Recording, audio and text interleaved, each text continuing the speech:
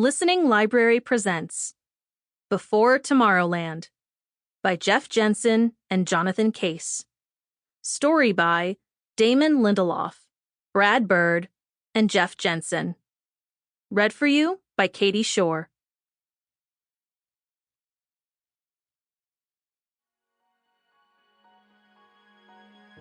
Prologue, Santa Monica, 1926. He was going to fly. He closed his eyes and felt the wind on his face as he leaned out over the passenger door. The leather seat of the Arab Supersports car stuck to his knees in the June heat. He hung on tighter when the gears shifted and his father slowed for a turn. "Get your head back in the car, Henry!" Henry Stevens, age 10, sat down and opened his eyes. His dad, Max, was shaking his head and smirking.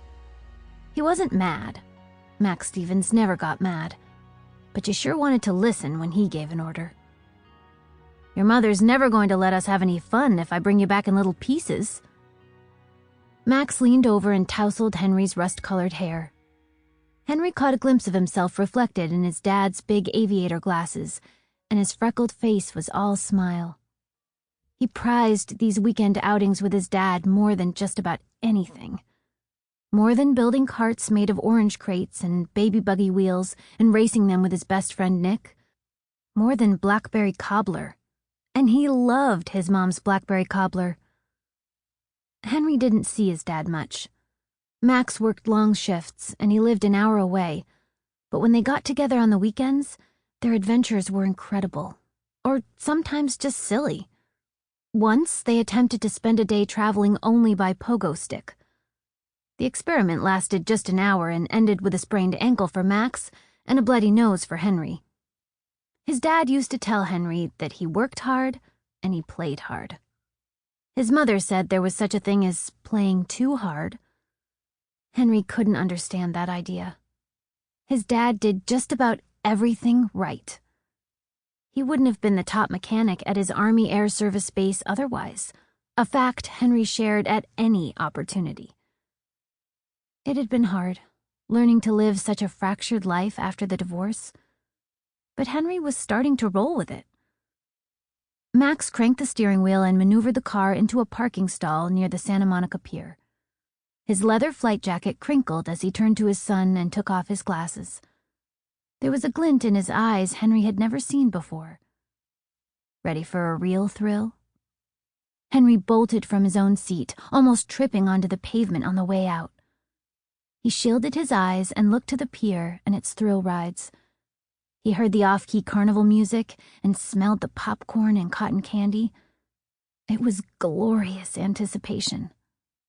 Ever since he'd been big enough, and big enough by his dad's standards, was pretty small, Henry had loved thrill rides. The faster the better. Anything that came close to the fantasy of the screaming planes his father pieced together was fair game to Henry Stevens. Speed and more speed. "Let's do that roller coaster first, then the zipper, then the bumper cars. Then let's do the coaster again." "We're not going on any rides today, fella. We're going to a special exhibit. It's brand new." Exhibit? That didn't sound good. What kind of exhibit? A science exhibit. The world of the future. He sounded like a carnival barker. You'll love it. Henry was sure he wouldn't. His heart sank. Why would his dad tell him they were going to the pier when all he wanted to do was shuffle around some yawn-inducing thing that felt like school? It sounded more like the sort of thing his mother liked. Museums and libraries and picnic lunches at the Arboretum with her snooty boyfriend, Lawrence. Boring. Working up his courage, he said, "I don't want to go to an exhibit." His dad didn't slow down. He just gave him the line he always gave when Henry annoyed him. "Well, them's the breaks, kid."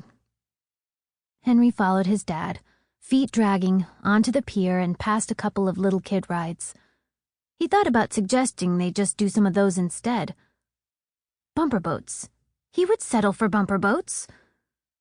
But he didn't want to risk annoying his dad again. Then they turned a corner around a fun house, and Henry saw it.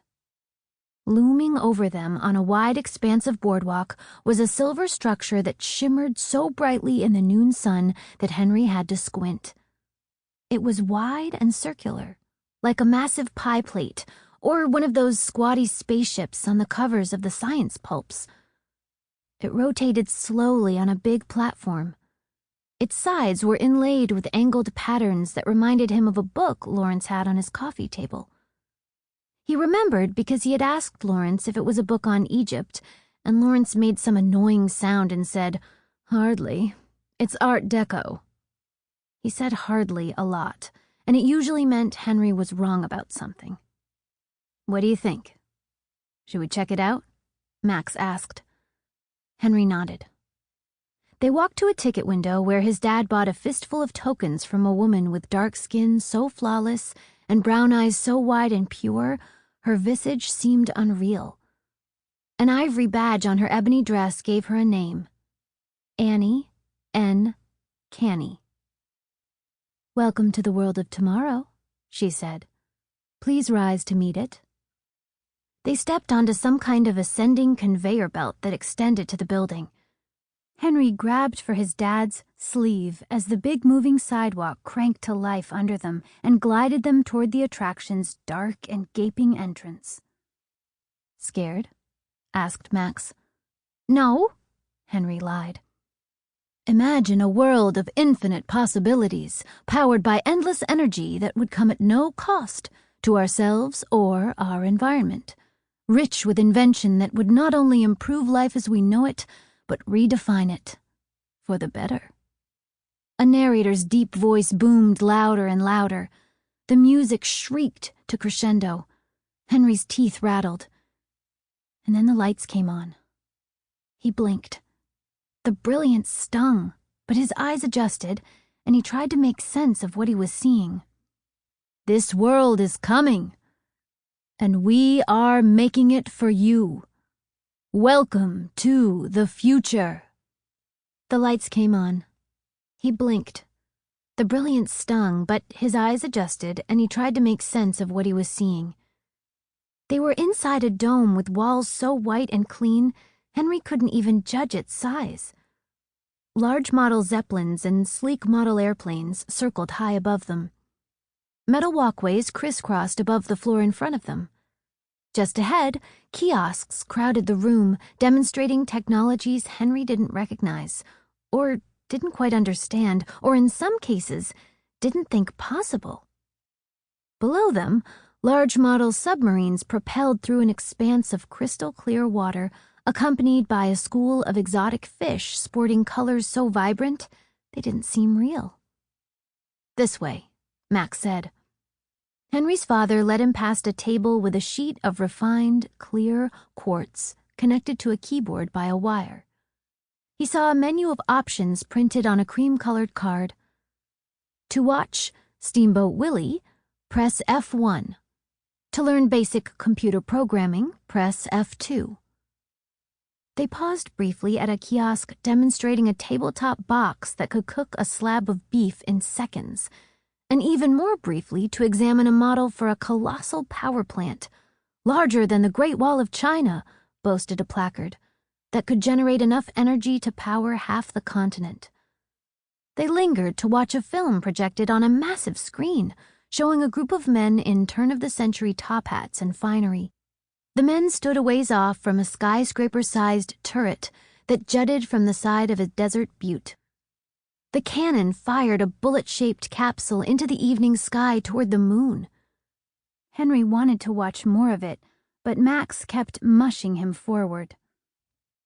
He began to get the sense that his dad had been there before and was eager to get somewhere specific. Then Henry saw the robots, and he insisted that they come to a full stop. On a dining room set arranged on a raised stage, a copper-plated mechanical man, sporting a butler's tux, served food from a platter to a family of 4, represented by lifelike mannequins, each identified by name tags as Nicholas, Marie, Bucky, and Athena, the nuclear family. A second automaton Sample complete. Ready to continue?